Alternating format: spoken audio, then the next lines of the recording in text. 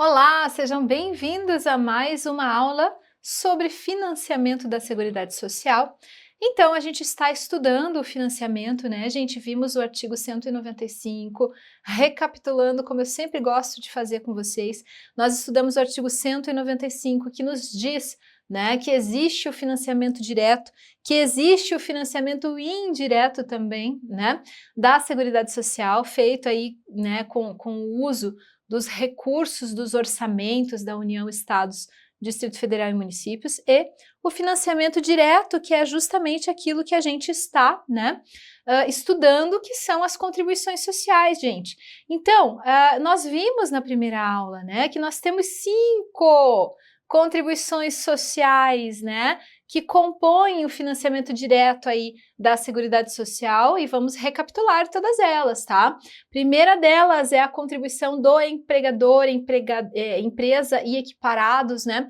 Incidente, essa primeira aqui, incidente sobre folha de salários, faturamento ou receita e lucro, né? A contribuição social dos trabalhadores, né, e demais segurados da Previdência Social, que podem ter alíquotas progressivas, certo? Terceira contribuição social é aquela incidente sobre a receita dos concursos de prognósticos. Quarta contribuição social é a do importador de bens e serviços, que não vai mais existir a partir de 2027, né? E a quinta é a CBS, Contribuição sobre Bens e Serviços, instituída pela reforma tributária, pela emenda constitucional de 2023, né, que vem trazer essas alterações e que nos trouxe a necessidade de estudar de forma mais aprofundada o que é a tal da contribuição sobre bens e serviços. Gente, lembrando que foram criadas a contribuição sobre bens e serviços e também o imposto sobre bens e serviços, né? Na reforma tributária, a gente estuda a contribuição porque é o que importa para nós, mas a Constituição faz remissão a diversos dispositivos sobre o imposto de bens e serviços, né? Dizendo que se aplica, né, que essas disposições se aplicam também à CBS, que é a Contribuição sobre Bens e Serviços. Por isso que a gente teve uma aula, que foi a aula passada, tratando especificamente dessas regras constitucionais que vão nos trazer aí um norte sobre o que seria essa contribuição, regulamentada aí por uma lei complementar que foi aprovada em janeiro de 2025, ou seja, super recente, né? E por isso a gente vai realmente ter que estudar isso na nossa prova. Recapitulando o final da aula anterior, o que eu quero que vocês lembrem sobre a CBS, sobre a contribuição sobre bens e serviços, né? Princípio da neutralidade, certo? Evitando, né, distorcer as questões das relações de consumo e atividades econômicas em relação aí a incentivos fiscais, tá? Isso é bem importante que vocês compreendam esse princípio da neutralidade, né?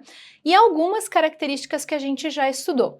Na aula de hoje, a gente vai estudar outras características ainda falando da CBS, porque o parágrafo, né, que trata, né, dos dispositivos que se aplicam à CBS é muito extenso. Então a gente tratou de algumas hipóteses na aula passada.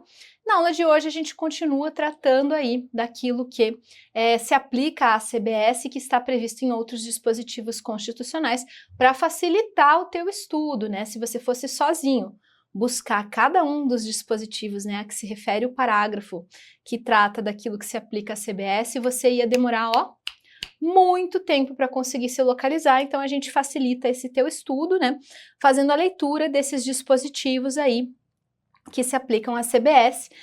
Continuando, portanto, ali no artigo 156A, parágrafos 6º a 11 e parágrafo 13, tá? No parágrafo 6º diz o seguinte, ó, lei complementar vai dispor sobre regimes específicos de tributação, tá? Lei complementar vai dispor sobre regimes específicos de tributação para, gente, combustíveis e lubrificantes sobre os quais o imposto ou contribuição incidirá uma única vez, qualquer que seja a sua finalidade, tá, gente? Então a gente tem, né, um regime específico de tributação a depender do tipo de bem. Então, para combustíveis e lubrificantes, sobre os quais o imposto incidirá, né, uma única vez, então, para a gente evitar a bitributação, né, a lei complementar vai dispor esse regime específico nesse caso, tá?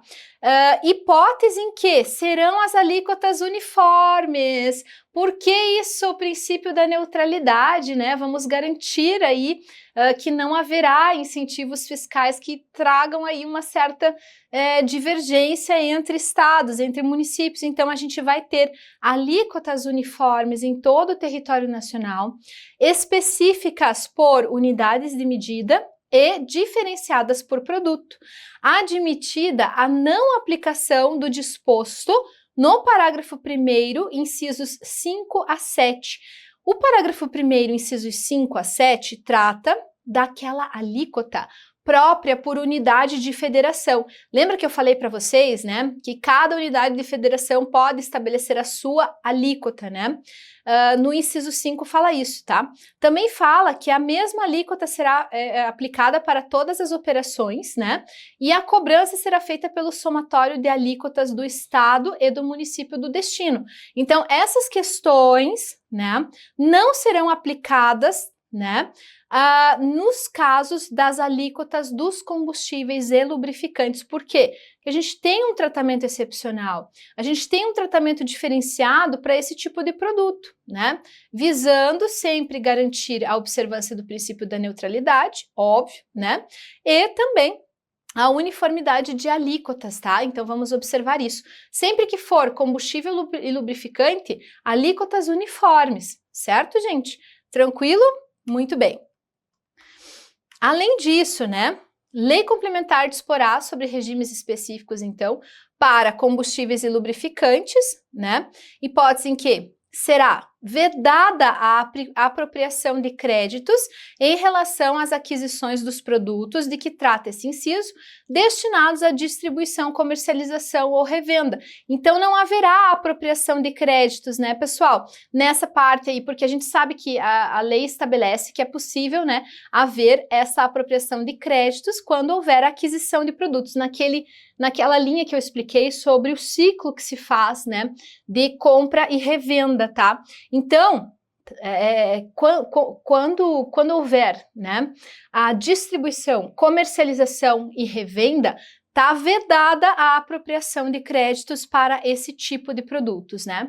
Será concedido crédito nas aquisições dos produtos de que trata esse inciso, né, por sujeito passivo do imposto, observado o disposto na linha B e no parágrafo 1º, 8º, ou seja, será não cumulativo. Então, mais uma vez, né, a Constituição reforça a não cumulatividade. Isso pode ser questão de concurso, tá? Estabelecer que, né, para combustíveis e lubrificantes, né, a contribuição social será não cumulativa. Então, isso está aqui nas nossas alíneas do inciso 1, tá bem?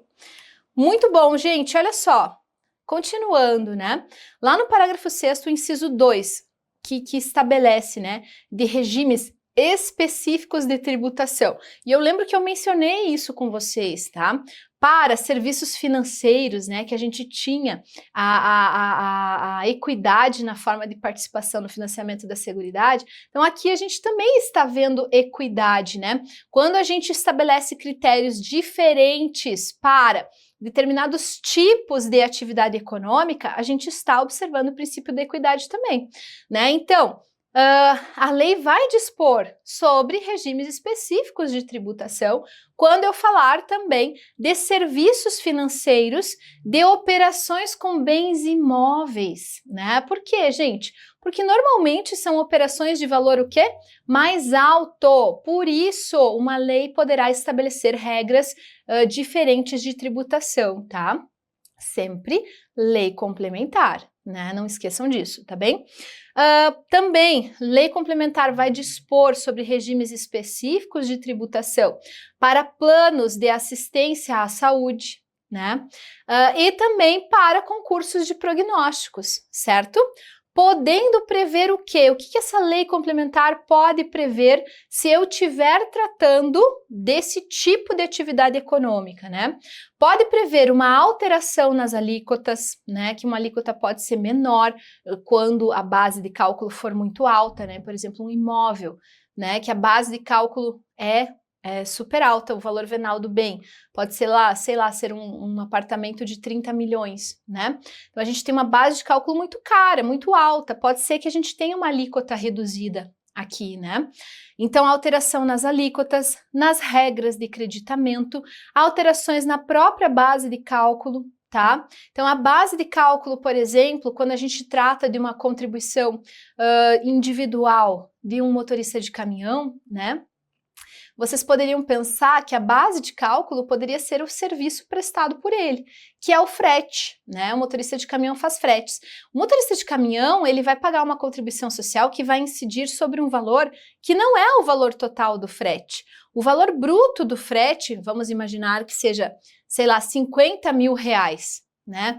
Se ele tivesse que pagar uma contribuição social sobre esse valor, seria muito alta. Então, a gente tem uma base de cálculo diferenciada para essa pessoa, que vai recolher sobre, né, uma alíquota incidente sobre 20% do valor bruto do frete. Então, primeiro a gente calcula quanto que é 20% de 50 mil, né? Que vai dar 10 mil reais. Né? E aí a gente vai calcular uma alíquota incidente sobre esses 20%. Qual é o meu objetivo com esse exemplo para vocês? Demonstrar que a base de cálculo, que normalmente tem uma regra, né? A regra é a base de cálculo é o valor venal do imóvel, tá? A regra é a base de cálculo é o valor da prestação do serviço, frete, tá? Mas em algumas situações a gente pode ter uma alteração, né, da base de cálculo em si, como é o que se permite aqui. Alteração na alíquota, alteração na regra de creditamento, alteração na própria base de cálculo, justamente para a gente ter um valor mais justo, né, aqui, tá? E na base de cálculo, então, admitida em relação aos adquirentes dos bens e serviços, tá? A não aplicação do disposto no parágrafo 1º, inciso 8, também, né, que será não cumulativo. Então, assim, o que está dizendo aqui? Que a lei complementar pode estabelecer regras diferenciadas, alíquota diferenciada, base de cálculo diferenciada, mas não pode estabelecer uma regra que afaste a não cumulatividade. Ou seja, em resumo, a não cumulatividade precisa ser observada, tá bem? Também a lei complementar vai dispor sobre hipóteses em que o imposto incidirá sobre a receita ou o faturamento. Uma alíquota uniforme em todo o território nacional, admitida a não aplicação, né, dos incisos 5 a 7 em relação aos adquirentes dos bens e serviços, que é aquela questão da alíquota fixada por cada estado, por cada município, né, e também admitida a não aplicação do parágrafo 1º, inciso 8, que é a não cumulatividade, tá? Então, sim, a gente tem, né, a definição por lei complementar das hipóteses em que esse imposto vai incidir sobre receita e faturamento com uma alíquota uniforme, princípio da neutralidade, tá, gente? Também, lá no parágrafo 6º, né, sobre a lei complementar que vai dispor sobre regimes específicos de tributação para, inciso 3, sociedades cooperativas, né, que será optativo, tá? Com vistas a assegurar a sua competitividade. Poxa, gente, uma cooperativa de produção nada mais é do que a reunião de pessoas, né, com o objetivo de atividade econômica, mas que não tem a força de uma empresa, digamos assim. Por isso que a lei fala, ó, sociedades cooperativas vão ter um sistema tributário diferenciado optativo, tá? Com vistas ou com a intenção de assegurar a competitividade no mercado, né? Observados os princípios da livre concorrência e da isonomia tributária. Definindo a lei complementar, né? Vai definir, inclusive, as hipóteses em que o imposto não incidirá sobre as operações realizadas entre a sociedade cooperativa e os seus próprios associados, entre estes associados e a própria cooperativa, e pelas sociedades cooperativas entre si, quando associadas para a consecução dos objetivos sociais, né? Então, a lei complementar vai definir as hipóteses em que o imposto ou a contribuição social, já que a gente está rememorando, né, falando de regras do imposto que são aplicáveis à contribuição social sobre bens e serviços, tá? Também vai definir o regime de aproveitamento do crédito das etapas anteriores, né? Muito bem. Parágrafo 6º ainda, continuando, lei complementar disporá sobre regimes específicos de tributação para, gente, inciso 4, serviços de hotelaria, parques de diversão, parques temáticos, né? Agências de viagens e turismo, bares e restaurantes, atividade esportiva desenvolvida por uma sociedade anônima do futebol, aviação regional. Gente, se eu fosse vocês nesse momento, né, eu faria realmente, né, uma anotação dizendo que esse ponto é realmente importante de vocês conhecerem. Por quê? Porque eu estou falando de um regime específico, né? Quando a gente trata daquilo que o examinador quer de você na prova, normalmente ele quer o quê? A exceção, né? Então a gente já tem várias exceções aqui, tá? A gente já falou, né, da questão da disponibilização de uma lei complementar sobre um regime específico para algumas situações, mas aqui a gente fala de hotelaria, parque de diversão, parque temático, agência de viagem e turismo, bares e restaurantes, atividade esportiva desenvolvida por uma sociedade anônima, né? E aviação regional, podendo prever hipóteses de alteração nas alíquotas, alteração nas bases de cálculo, nas regras de creditamento e admitida a não aplicação desses incisos que tratam de uma lei estabelecendo uma alíquota, né, específica, e também da não cumulatividade. Então, a gente vai ter a garantia da não cumulatividade da mesma forma, tá? Se eu fosse examinadora, o que eu ia escrever? O que eu ia pedir, né? Se você sabe isso aí, eu ia dizer que no caso de um bar, e eu ainda ia colocar um caso concreto, né?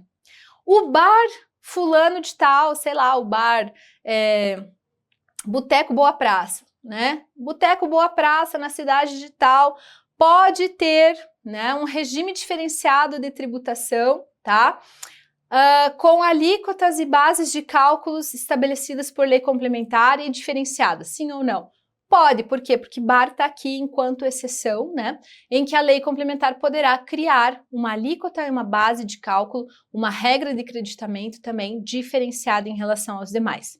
Além disso, regime específico de tributação para operações alcançadas por tratado ou convenção internacional, inclusive referentes a missões diplomáticas, repartições consulares, representações de organismos internacionais e respectivos funcionários acreditados. Então, também nas missões diplomáticas, né, nas repartições consulares, a gente tem uma regra de tributação que pode ser diferenciada a partir de uma lei complementar que faça essa criação, né? Também, gente, serviços de transporte coletivo de passageiros, tá? Rodoviário, né? Intermunicipal, ou seja, entre municípios, e interestadual, ou seja, entre estados, tá?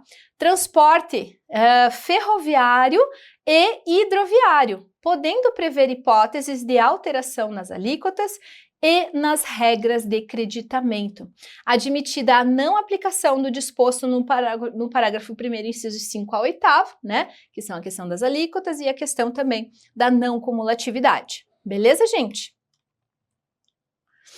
Parágrafo 7º, pessoal, a isenção e a imunidade. A isenção e a imunidade não implicarão crédito para compensação com o montante devido nas operações seguintes, porque a gente viu que o crédito só vai existir se houver o pagamento do tributo.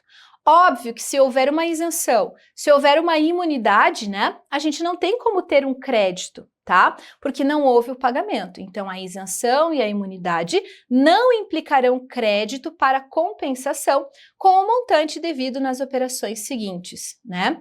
Além disso, a isenção e a imunidade acarretarão a anulação do crédito relativo às operações anteriores, salvo na hipótese da imunidade, né, inclusive em relação ao inciso específico, quando determinado em contrário em lei complementar. Então, veja, vai haver a anulação do crédito relativo a operações anteriores, né, se houver a isenção, tá? Na imunidade não, mas se houver a isenção, a gente vai ter a anulação do crédito. Por quê? Porque não houve o pagamento, né? Então, somente se houver o pagamento, a gente vai ter crédito para a operação seguinte.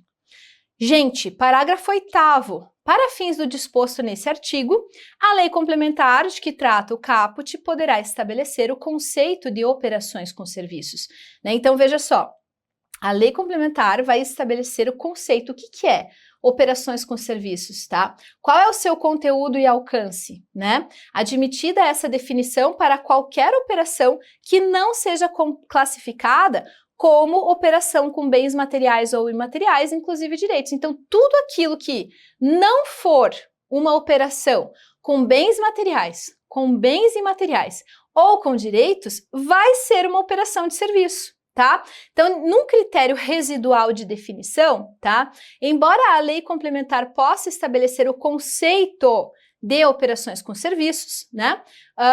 Vai ser admitida, né, essa definição para qualquer operação que não seja classificada como uma operação com bens materiais e imateriais, inclusive direitos. Isso aqui também foi objeto de questionamento em concurso, então cuidado, tá, pessoal?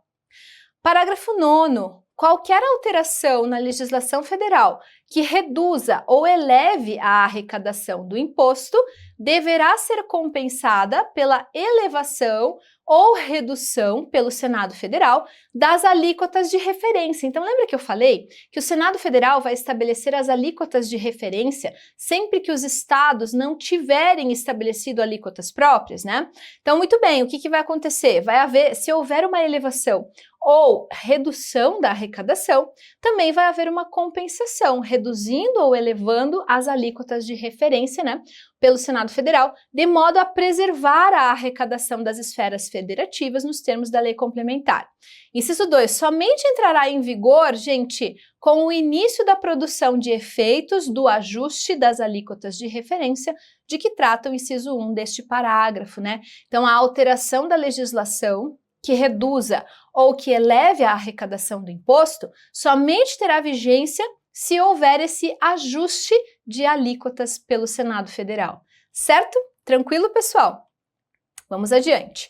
Parágrafo 10. Os estados, o Distrito Federal e os municípios poderão optar por vincular as suas alíquotas à alíquota de referência que deve ser estabelecida pelo Senado Federal, né?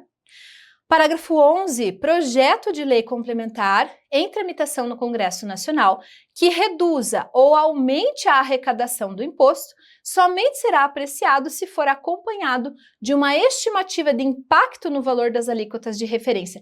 Então, olha só, gente, o que está dizendo aqui, né? Que, primeiro ele fala o seguinte, se houver uma lei reduzindo ou aumentando a arrecadação, obrigatoriamente haverá pelo Senado Federal o ajuste pela compensação, né, no valor das alíquotas, certo? Obrigatoriamente.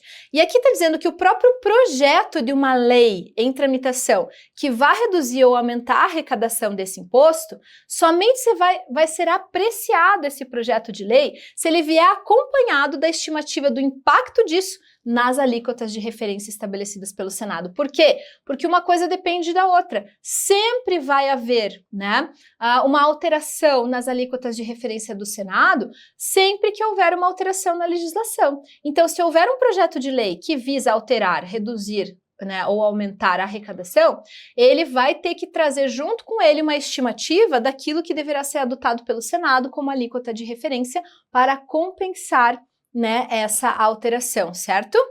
Parágrafo 13. A devolução de que trata o parágrafo 5º, inciso 8, será obrigatória nas operações de fornecimento de energia elétrica e de gás liquefeito de petróleo ao consumidor de baixa renda, podendo a lei complementar determinar que seja calculada e concedida no momento da cobrança da operação. Então, vai haver uma devolução, né, sempre que a gente tiver operações de fornecimento de energia elétrica e de gás, certo? Ao consumidor de baixa renda. Bom, questão de concurso, gente, olha só, julgue o item a seguir. A CBS, Contribuição sobre Bens e Serviços, para sociedades cooperativas será optativa, com vistas a assegurar a sua competitividade, Observados os princípios da livre concorrência e da isonomia tributária. A gente leu isso, né? Exatamente assim a resposta está certa, né?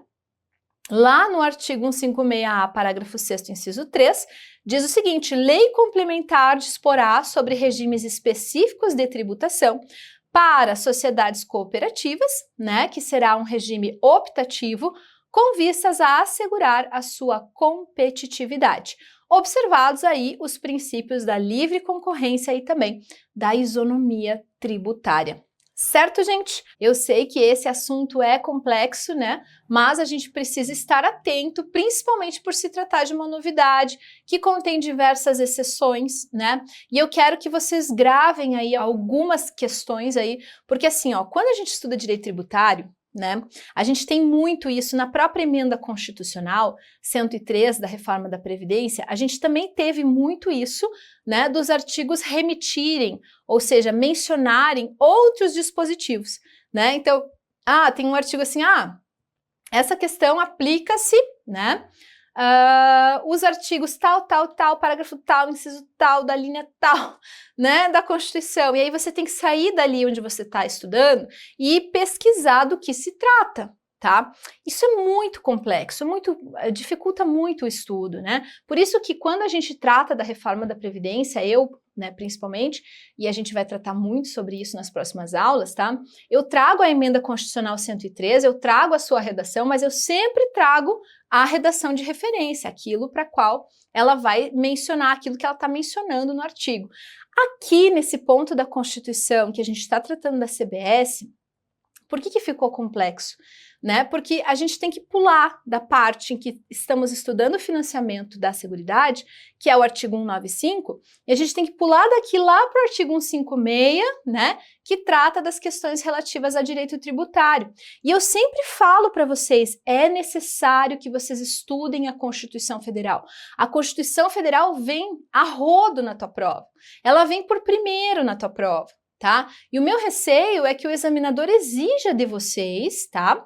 Essas novas orientações da CBS, da Contribuição sobre Bens e Serviços, que estão dispersas no restante da Constituição, que não cai na sua prova, que é a parte de direito tributário, né? E que é uma parte complexa de ser estudada, tá? Então, eu tentei trazer para vocês de uma forma ao mesmo tempo aprofundada, mas também de uma forma que não dê um nó na sua cabeça, porque é bem possível que isso aconteça, né?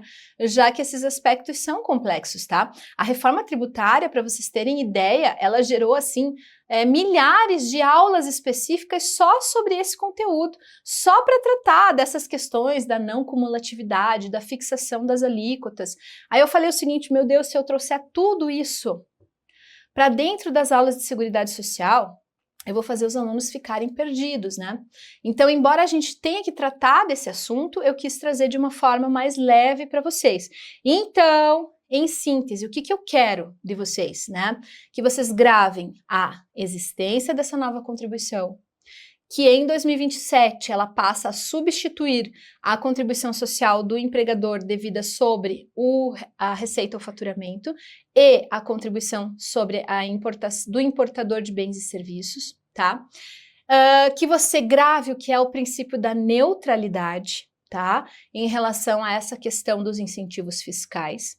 Quero que você grave, né, o ponto de que lei complementar vai definir critérios diferenciados a depender do tipo de atividade econômica, e aí a gente fala de operações financeiras, de times de futebol, né, a gente fala de bares e restaurantes, a gente fala de parques temáticos e de diversão, a gente fala de questões relacionadas a bens de petróleo, de derivados de petróleo, né? Então, essas diferenciações eu quero que você realmente grave. Por quê? Porque talvez seja um ponto diferencial aí para você acertar a questão da sua prova.